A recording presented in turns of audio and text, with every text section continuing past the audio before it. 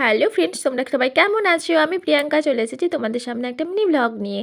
আমি যাচ্ছিলাম একটু পাশের বাড়ি একটা মাসিমণির বাড়ি। তো আমি বেশি কিছু মেকআপ করিনি, তার পাড়াতেই প্রায় বাড়ি বললেই চলে।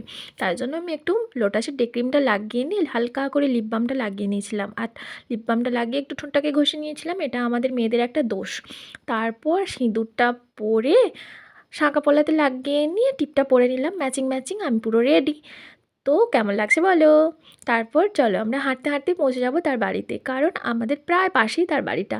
তো আমাদের মেদিনীপুরে আমার বাপের বাড়ি না, রাস্তার দুধারে প্রচণ্ড গাছ নার্সারি এগুলো আছে। তো দেখতে দেখতে আমরা হাঁটতে হাঁটতে গল্প করতে করতে চলে যাচ্ছিলাম ওর বাড়িতে। আর ওর বলছি কেন, কারণ মাসিমণি হলেও সে আমার সমবয়সী।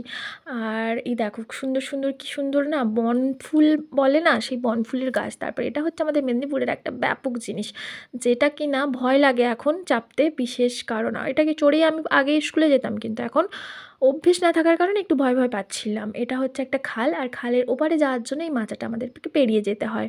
তারপর একটু সন্ধে হয়ে গেছিলো, তারপর ওর বাড়িতে চলে গেলাম।